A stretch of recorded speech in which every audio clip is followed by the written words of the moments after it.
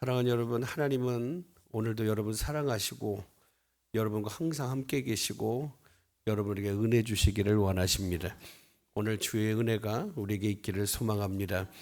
한 아이가 있었어요. 이 아이는 아버지를 너무나도 사랑을 했지만 그 아버지가 가족들을 살리기 위해서 먼 곳으로 떠나야 했습니다. 이 아이는 멀리 떠난 아버지를 그리워하면서 날마다 슬피 울곤 했어요. 근데 그 아버지가 떠나기 전에 이 아이에게 아주 작고 낡은 손목시계를 주면서 이렇게 얘기를 합니다. 얘야, 이 시계를 볼 때마다 아빠를 기억을 해다오. 내가 너를 얼마나 사랑하는지, 그리고 그 잊지를 말고 내가 다시 돌아올 그때까지 잘 지내고 있거라. 이 아이가요, 아버지가 떠난 뒤에도 이 시계를 손에 콕 쥐면서 누구를 떠올렸냐면 아버지를 떠올렸어요. 여러분, 시계가 이 아이에게 어떤 의미일까요? 이 시계는 아버지의 사랑과 다시 돌아오겠다는 아버지의 약속의 증거이고, 그리고 그 아버지가 반드시 다시 돌아올 것임을 기다리게 하는 희망의 증거였다라고 하는 거예요. 여러분, 오늘 우리는 성찬을 나눕니다. 성찬은 마치 이 손목시계와 같아요. 예수님께서 떡을 나누어 주시고 잔을 부어 주시며 허락하시면서 기념하라, 나를 기념하라고 하신 명령은 단순히 과거를 회상하라고 하는 내용이 아닙니다. 그것은 오늘 나를 살리기 위해서 찢기시고 피 흘리신 그 주님의 은혜, 주님의 사랑, 주님의 희생을 기억하면서 그 사랑 안에서 위로를 얻고, 그리고 그 주님이 완전한 구원의 완성을 위해 다시 오실 날을 소망하고 살아가라고 하는 그 주의 은혜 속의 은혜의 안으로의 초대인 거예요. 사랑하는 여러분, 성찬은 바로 이런 것입니다. 나를 영원히 살리시기 위해 베풀어 주신 예수님의 사랑과, 그리고 이 죄를 해결하기 위해 그 십자가에서 받으신 모든 모욕과 수치와 고통과 이 모든 것, 이 고난, 나아가서 이 죽음의 권세를 이기시고 감당하신 그 희생, 여러분, 그것을 내 눈으로 보고 내 손으로 만지며 마음으로 새기는 그런 은혜의 시간이 성찬 예식의 시간이에요. 그래서 성찬식은 단순한 의식이 되어서는 안 됩니다. 매번 때마다 하는 의식이 되어서는 안 되는 겁니다. 오늘 나를 향한, 우리를 향한 예수님의 끝이 없는 사랑, 변하지 않는 그 사랑을 기억하고 바로 그 사랑에 믿음으로 반응하는 시간이 오늘 성찬 예식인 거예요. 사랑하는 여러분, 오늘 본문에서 예수님이 떡을 나누어 주시면서 이렇게 명령을 합니다. 나를 기념하라. 나를 기념하라. 이것은 단순히 2000년 전에 있었던 일을 기억하라고 떠올리라는 명령이 아니라, 오늘 여기에는 오늘 그 예수님을 믿으며 살아가는 오늘 우리의 삶 속에 정말 우리의 삶을 변화시키기 위해 주시는 중요한 메시지가 담겨져 있는 거죠. 어떤 하나님의 말씀이 담겨 있을까요? 첫째는 한번 따라해 봅시다. 은혜를 기억하라. 다시 한번 은혜를 기억하라. 여러분, 이 기념한다는 말이 헬라어로는 아남네시스라고 해요. 아남네시스. 근데 이 아남네시스라고 하는 말은 단순하게 과거를 머릿속으로 떠올린다라고 하는 의미가 아니라, 이 의미를 넘어서 오늘 현재의 삶을 살고 있지만 그 하나님께서 그 과거에 주신 은혜를 다시 현실로 살아내라고 하는 뜻이 담겨져 있는 거예요. 여러분, 예수님께서 십자가에서 성취하신 구원의 사건을 단지 그렇구나, 그렇다네 하고서 기억하는 것에 그치지 않고 그 은혜가 오늘 우리의 삶 속에서, 나의 삶 속에서 재현되기를 원하시는 그 주님의 마음이 담겨져 있는 거예요. 사랑하는 여러분, 우리가 예수님께서 직접 나누어 주신 그 떡과 잔을 들 때 무엇을 기억해야 됩니까? 오늘 여러분, 왜 오늘 본문에 떡이라고 그래요? 선교사들이 들어오고 이 성경이 우리나라에 들어올 때는 우리나라에는 빵이라는 게 없어요. 빵이라는 게 없어요. 그래서 가장 비슷한 것을 찾다 보니까는 떡이 된 거예요. 근데 여러분, 그 이 떡 혹은 빵이라고 하는 그것은 뭘 상징을 합니까? 예수님께서 우리를 영원히 살리시기 위해 찢기시는 몸이 바로 이 빵인 거예요. 떡인 거예요. 그래서 오늘 여러분, 이것은 예수님께서 우리를 영원한 죽음, 여러분 영원이라고 하는 것은 예수를 믿든 안 믿든 그 뒤에 찾아오는 거예요. 찾아오는 거예요. 성경은 뭐라고 합니까? 믿지 않는 자들은 심판의 부활로, 믿는 자는 영생의 부활, 생명의 부활로 일어난다고 그래요. 여러분, 근데 끝난 다음에 가는 곳이 다른 거예요. 방향이 다른 거예요. 방향이 다른 거죠. 여러분, 영원한 죽음, 영원한 저주, 영원히 사망관세에 눌려서 그 죄악의 대가를 치르면서 살아가야 되는 것이 오늘 우리에게 정해진 그 죄의 대가로서의 삶인데, 근데 이런 가운데 우리를 구원하시기 위해, 우리를 살려주시기 위해 이에 합당한 모든 고난을 감당하신 사랑의 증거가 바로 이 빵인 거예요. 오늘 그래서 예수님은 친히 빵을 들고 여러분 찢어주시면서 나를 기념하라, 나를 생각해라, 나를 기억하라, 그렇게 말씀을 하고 있는 거예요. 또 예수님이 잔에다가 포도즙을 부어주시면서 말씀을 하시지 않습니까? 이것은 내가 너희를 위해 흘리는 피다. 여러분, 우리 힘으로는 절대 벗어날 수 없는 흉악의 결박인 죄를 깨끗이 씻으시고, 그리고 우리에게 영원한 생명을 약속하시는 새 언약을 이루는 구원의 상징이 바로 이 잔에 담긴 포도주인 거예요. 이처럼 희생하신 주님을 통해 깨닫는 것은 하나님께서 절대로 죄와 불의라고 하는 것을 방관하지 않는다는 거예요. 그래서 오늘 우리에게 피 흘리까지 그 죄와 싸워야 되는 이유예요. 뭐가요? 그것은 어떤 이유라도 그게 납득이 안 되고, 그래서 오늘 우리의 죄를 해독하고 해결할 수 있는 유일한 방법으로 주님께서 우리에게 오신 거예요. 여러분, 생명을 허락하신 예수님은 정말 여러분, 이 십자가라고 하는 것은 그 당시에 아무나 안 달아요. 이건 극악무도한 죄인들만 다는 것이 십자가 형틀이에요. 그런데 여러분, 그 십자가의 의미가 달라지는 것은 오직 그 위에 예수님이 계실 때, 예수님과 이어질 때만이에요.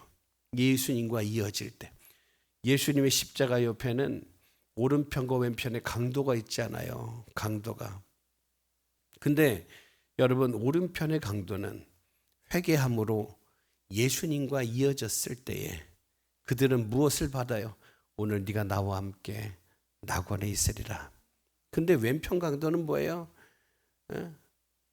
주님을 거부하잖아요. 주님을 부인하잖아요. 그러므로 인해서 그는 그런 은혜를 받지 못해요. 사랑하는 여러분, 예수님께서 어떻게 보면 사람이 죄로 인해 받을 수 있는 최악의 형벌이 십자가인데, 오늘 그 십자가를 얘기하는 것은 우리의 상태를 얘기하지 않겠어요? 우리의 죄악이 만만한 게 아니라는 거예요. 대충 해결할 수 있는 게 아니라는 거예요. 오늘 그래서 가장 극악무도한 죄인들, 오늘 여러분, 그래서 다들 돌을 던질 수밖에 없고, 그런 죄인이 달리는 십자가에 주님이 달리시며 그 위에 이렇게 말씀하시죠. 내가 다 이루었다. 그렇게 말씀을 하고 있는 거예요. 사랑하는 여러분, 아남네시스라고 하는 헬라어 단어는 오늘 우리에게 그 놀라운 은혜를 머리로만 떠올리라는 것이 아니라 나를 살리기 위해, 내가 져야 될 죄의 십자가를 위해 나를 대신해서 찢기시고 내 죄를 씻어주신 구원의 은혜를 진짜 믿음으로 받았다면, 진짜 믿음으로 받고 그것을 믿는다면 이제 삶 속에서 그 은혜에 대한 구원의 감격과 감사함으로 살라는 거예요. 바울이 이렇게 고백하죠. 나의 나 된 것은 주의 은혜라. 나의 공로로 되어진 것이 하나도 없다. 내가 한 게 없는 거예요. 내가 하나님의 자녀가 되기 위해 내가 죄를 씻고 천국에 가고 이 모든 일에 내가 한 게 없어요. 나는 그저 받은 것밖에 없어요. 그래서 나의 나 된 것은 지금 내가 이렇게 복음을 전할 수 있고 지금 내가 하나님을 찬양할 수 있고 내가 이렇게 하나님께 기도할 수 있고 내가 지금 하나님의 나라 천국을 사모할 수 있는 것, 이 모든 일의 가운데 내가 있는 것은 주님의 은혜입니다. 내가 한 것이 아무것도 없다.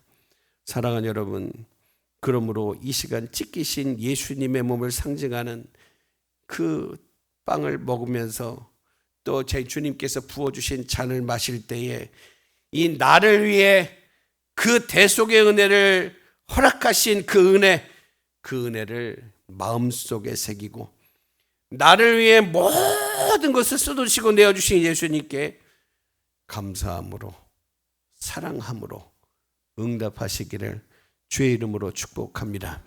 그리고 두 번째는 교회의 하나됨을 이루라는 뜻이에요. 여러분, 예수님께서 직접 떡을 떼어주시고 예수님이 직접 잔에다 부어주셨어요. 여러분, 이것은 뭐예요? 결국 떡과 잔은 나 혼자 먹는 게 아니라는 거예요. 떡과 잔은 나 혼자 먹고 나 혼자 마시고 나 혼자 즐기는 게 아니에요. 이것은 예수님께서 이 성찬을 거룩한 만찬, 이것을 제자들과 함께 나누셨듯이 오늘 주님의 몸인 교회의 지체로 부름받은 우리가 나를 구원하시고 나를 불러주신 하나님의 뜻 안에서 여러분 하나됨을 고백하며 함께 나누는 것이 되어야 된다는 거예요. 여러분, 여기서 이 몸이라고 하는 것을 의미하는 그 헬라 원어의 단어가 이 소마라는 말입니다. 소마. 근데 이거는 단순하게 예수님의 어떤 육체적인 몸만 얘기하는 게 아니라 예수님의 몸으로서의 교회, 다시 말하면 주님 안에 세워진 믿음의 공동체를 의미를 하는 겁니다.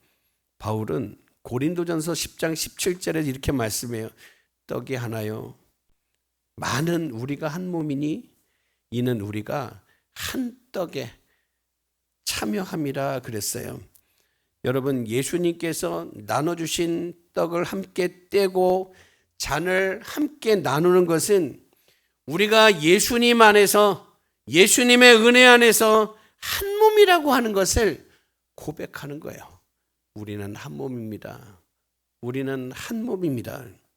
다시 말하면 예수님의 보혈의 공로, 대책이 없던 우리가, 지옥에 가는 일에 있어서 대책이 없던 우리가, 영원한 멸망에 빠질 수밖에 없는 대책이 없는 우리가 예수님의 흘리신 보혈의 공로와 사랑으로 구속받아서, 우리가 다 배경도 다르고 성격도 다르고 환경도 다르고 다 다르지만 그 예수를 믿는 하나의 믿음으로, 하나의 사랑으로 연결된 존재라는 거예요. 그러므로 여러분, 우리의 모든 것이 어떻게 써야 되겠어요? 주님이 피 흘리시며 성령을 보내시며 하나 되게 계신 주의 몸을 견고하게 하는, 그래서 왜 견고해야 돼요? 오늘 주님이 이 거룩한 만찬을 더 많이 나눌 수 있도록, 의미를 알 수 있도록 많은 사람을, 다니엘서 12장 3절의 말씀처럼 많은 사람을 옳은 대로 하나님이 옳다 하신 그 자리로 불러드리는 사명을 감당하기 위해 여러분, 성령님은 지금도 우리의 하나됨을 아름답게 하기 위해 역사하고 계시는 거예요. 여러분, 혹시 이 자리에 누군가와 마음이 멀어지는 분들이 있습니까? 오늘 그렇다면 오늘 하나님은 성찬 예식을 통하여 우리에게 하나됨을 회복하라고 말씀을 합니다. 오늘 예수님께서 십자가 위에서 우리를 용서하신 것처럼 예수님께서 우리의 죄가 얼마나 어떻게 심하지 상관없이 우리를 다 용납해 주신 것처럼, 우리를 다 품어주신 것처럼 오늘 우리도 서로 사랑하며 서로를 하나님께서 기뻐하시는 자리, 하나님이 은혜를 주시는 자리, 하나님이 복이 되게 하시는 자리, 그래서 하나님이 불러주신 그 자리에 세울 수 있는 그런 복된 삶을 살아갈 수 있기를 축복합니다. 성도의 삶은 하나님의 뜻을 아는 것이 아니라 하나님의 뜻대로 사는 거예요. 하나님의 말씀이 내 삶이 되기 위해서 예수님이 십자가를 지시고 어떤 삶을 사셨어요? 진정한 예수의 삶을 사시죠. 여러분, 예수라는 말은 무슨 뜻이에요? 구원이라는 뜻이죠. 우리를 구원. 이름대로. 여러분, 그 이름은 누가 허락하셨어요? 하나님이 천사장 가브리엘을 통해 요셉에게 수태고지를 할 때 너에게 한 아들이 날 텐데 그 이름을 예수라 하라. 여러분, 그 이름을 왜 예수라 하는 이유가 뭐예요? 많은 사람을 죄에서 구원할 자입니다. 그렇게 말씀을 하시잖아요. 오늘 예수님께서 이름만 예수가 아니라 삶도 예수셨고 장차 그 예수로 우리의 온전한 구원을 이루기 위해 다시 오실 것이기 때문에 오늘 여러분, 오늘 우리가 그 뜻대로 그 주의 가신 발자취를 따라 살아가게 되는 거예요. 여러분, 하늘 보좌를 버리고 이 낮고 낮은 이 땅에 오신 이 주님, 예수님으로 오신 주님은 이 땅에서 예수로 사셨고 완전한 구원을 완성하기 위해 예수로 다시 오실 주님이셔요. 우리 안에 그 주의 뜻이 내가 속히 오리니 반드시 다시 오리. 그렇다면 오늘 우리가 날마다 그 주님을 맞이할 준비를 하며 살아갈 수 있어야 되겠어요. 세 번째, 성찬의 의미는 예수님께서 찢기시고 물과 피를 다 쏟으시며 그 주님의 생명과 바꾸어 주시면서 열어주신 영원한 소망을 바라보라는 뜻이에요.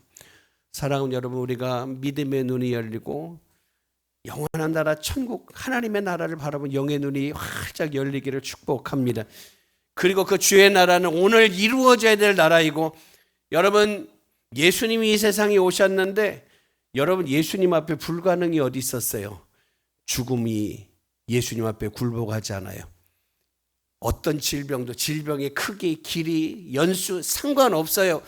그 여인이 남편을 5번을 바꾸든 10번을 바꾸든 그 삶에 어떤 문제가 있든 그 문제가 되지 않아요. 오직 주님을 만나면 그에게는 그 어렵고 힘들고 막혀있고 단절되고 여러분 맨날 답답하고 힘들었던 삶이 죄다 끝나버리고 어떻게 되죠? 새롭게 되더라는 거예요. 오늘 우리가 주연절이라고 하는 절기를 지키고 있습니다. 근데 주연절을 지키면서 우리 여기에 무슨 색깔을 얘기해요? 녹색을 얘기하죠. 녹색은 무슨 색깔을 얘기할까요? 예수님만이 주시는 새로운 출발, 새로운 세계, 새로운 출발을 얘기를 하는 거예요. 저는 결혼식 주례를 할 때 꼭 녹색 후드를, 스토를 해요. 왜? 그것은 지금까지 인생과 다른 이제 함께하는 새로운 삶의 출발이기 때문에 그런 거예요. 오늘 예수를 만난 인생, 오늘 하나님 나라를 열어주시고 영원한 생명을 우리에게 허락하신 그 예수님과 함께하는 인생은 새로운 출발이 되어야 돼요. 방향이 새로워져야 돼요. 어디로? 주님이 가르쳐 주시는 곳으로. 내가 원하는 것이 아니라 하나님이 향하게 하시고 주님이 그 생명과 바꾸시면서 열어주신 하나님 나라 영원한 생명을 향해 우리의 생각과 우리의 말하는 것과 행동하는 모든 삶의 방향이 향해야 된다라고 하는 거예요. 사랑하는 여러분, 마태복음 26장 29절에 보니까 예수님께서 성찬회를 베푸시며 뭐라고 하십니까? 내가 아버지의 나라에서 새 것으로 너희와 함께 마시는 날까지 마시지 아니하리라. 오늘 예수님 말씀이 가리키는 건 뭐예요? 단지 과거와 현재가 아니에요.